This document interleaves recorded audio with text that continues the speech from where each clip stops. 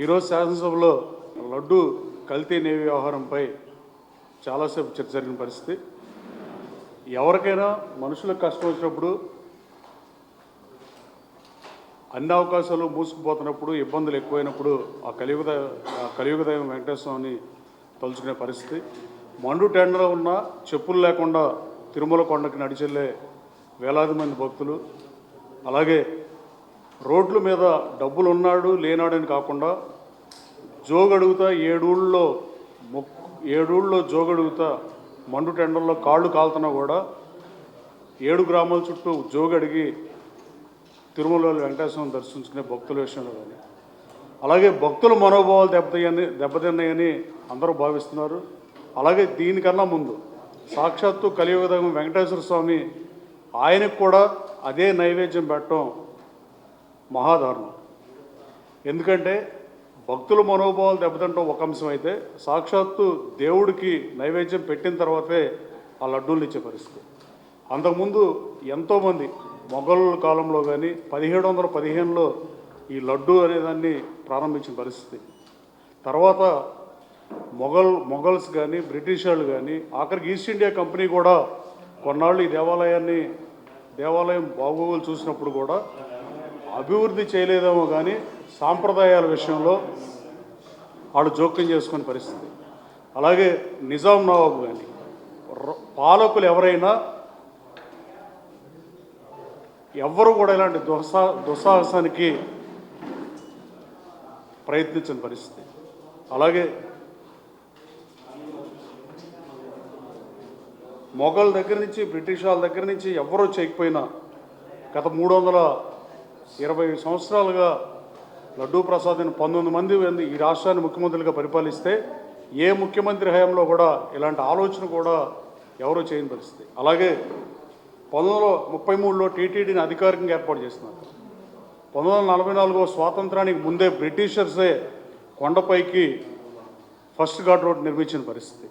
అలాగే లక్షలాది మంది భక్తులు మొక్కులు చెల్లించి హుండీలో డబ్బులు రోజు ఇప్పుడున్న పరిస్థితి అయితే దాదాపు రోజుకు 3 కోట్ల ఆదాయం, సంవత్సరానికి 13-1400 కోట్ల రూపాయల ఆదాయం ఉన్న దేవుడి విషయంలో బ్రిటిష్ వాళ్ళు కానీ, మొఘలాళ్ళు కానీ, గోల్కొండ వాళ్ళు కానీ, నిజాం నవాబు కానీ, ఈస్ట్ ఇండియా కంపెనీ కానీ ఇలా ఎవరు ఈ రాష్ట్రానికి గతంలో పరిపాలించిన ఏ ముఖ్యమంత్రి కానీ, ప్రజాస్వామ్యం వచ్చిన తర్వాత కానీ ఏ ప్రజాప్రభుత్వం కూడా చేయని దుస్సాహసానికి వైసీపీ చేసిన దాంట్లో ఏమాత్రం సందేహం లేదు. ఇది రాజకీయ ఆరోపణ కాదు. అలాగే గతంలో పనిచేసిన టీటీడీ బోర్డుని తక్షణం విచారించాల్సిందిగానే భావిస్తున్నాను. చైర్మన్ కానీ మెంబర్స్ని కానీ విచారణ చేయాల్సిన అవసరం ఉంది. అలాగే నేను టీటీడీలో అంతకుముందు చంద్రబాబు కృష్ణమూర్తి చైర్మన్గా ఉన్నప్పుడు నేను డొనేషన్ ఇస్తాకి వెళ్తే దాదాపు గంటలోపు ఆయన కలిసి దర్శనానికి పంపించారు. దర్శనానికి ఎప్పుడు పంపించినా డొనేషన్ తీసుకుంటాకి అవైలబుల్ ఉన్న పరిస్థితి.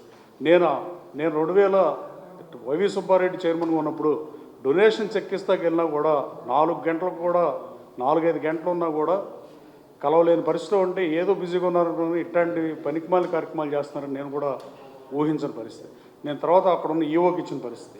అలాగే ఆ దేవదేవుడికి కల్తీ నైవేద్యం పెట్టి డెఫినెట్గా తప్పు చేసిన వాళ్ళు శిక్షించబడతారు, దాంట్లో నో డౌట్ అబౌట్. అలాగే ఈ ప్రభుత్వానికి కూడా ఒక చిన్న సూచన చేద్దాం అనుకుంటున్నాం. ఇవాళ గోవులు అంతరించిపోయే పరిస్థితి వచ్చింది. తిరుమల తిరుపతి దేవస్థానానికి రోజుకు 3 కోట్ల రూపాయల ఆదాయం ఉంది. ఈ డైరీలకి ఈ కల్తీ నెయ్యి జరిగిందని నెయ్యి కాకుండా వేరే రసాయనాలు వాడి ఈ లడ్డూని తయారు చేశారని చెప్పి ఇప్పుడు తేటతెల్లమైన వాస్తవాలు చూసిన తర్వాత ఫ్యూచర్లో ఇలాంటి పరిస్థితులు రాకుండా ఆ దేవదేవుడికి ఇలాంటి నైవేద్యం పెట్టే పరిస్థితే రాకుండా ఉండాలంటే టీటీడీనే గోవులను సంరక్షిస్తే బాగుంటుందని భావిస్తున్నాం. అలాగే ఒంగోలు జాతి ఆవులు కానీ, అలాగే దేశవాళీ నాటు ఆవులు కానీ అన్ని ఆవులు అంతరించిపోయే పరిస్థితికి వచ్చింది. ఇంకొకటి రాజకీయ ఆరోపణ కాదు కానీ 1924 మధ్య ఒంగోలు జాతి ఆవులు ఈ రాష్ట్రంలో ఇప్పుడు వేల సంఖ్యలో ఉండాల్సినవి వందల సంఖ్యలోకి వచ్చేసినాయి. దాదాపు 2000-2500 మించి రాష్ట్రంలో లేని పరిస్థితిలో ఒంగోలు జాతి ఉంది. దేశవాళీ ఆవులు కానీ నాటు ఆవులను కానీ వీటన్నింటి టీటీడీనే గోవులను దానం చేస్తాక చాలామంది రెడీగా ఉండే పరిస్థితి.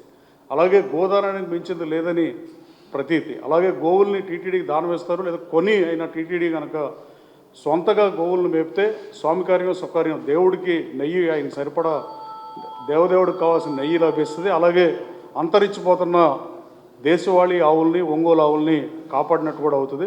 ఆ దిశగా ఆలోచించాల్సిన ప్రభుత్వం అని కోరుతూ, రాబోయే కాలంలో టీటీడీని దేవుడి గురించి ఎంత తక్కువ మాడితే అంత మంచిది. దేవుడు మనందరికన్నా చాలా ఎబో. కానీ వైసీపీ నాయకులు దేవుడి ఫోటోని పట్టుకుని కాళ్ళకి చెప్పులు వేసుకుని మండల్లో మాట్లాడటం వాళ్ళ కుటుంబ సభ్యులకు కూడా నచ్చుద్దని నేను భావించట్లా. ఎవరో ఆదేశాల మేరకు పనిచేసినా అంతిమంగా మనకే కష్టం వచ్చినా మనం తలుచుకునే దేవుడి విషయంలో ఉన్న రాజకీయాలకు అతీతంగా ఉండాలని, ఇలాంటి పనులు పునరావృతం చేస్తే అది చరిత్ర క్షమిస్తుందని తెలియజేస్తూ, ఇక నుంచి వెంకటేశ్వర స్వామి గురించి కూడా మనం దేవదేవుడిని రాజకీయాల్లోకి లాగటం చాలా బాధాకరం. ప్రభుత్వం లడ్డూ విషయాన్ని అడ్రస్ చేస్తుంది. దాని తర్వాత నుంచి దేవుడి గురించి మాట్లాడకుండా దీన్ని ఎక్కడితో పులిస్టాప్ పెడితే బాగుంటుందని నా వ్యక్తిగతంగా భావిస్తున్నాను. Thank you.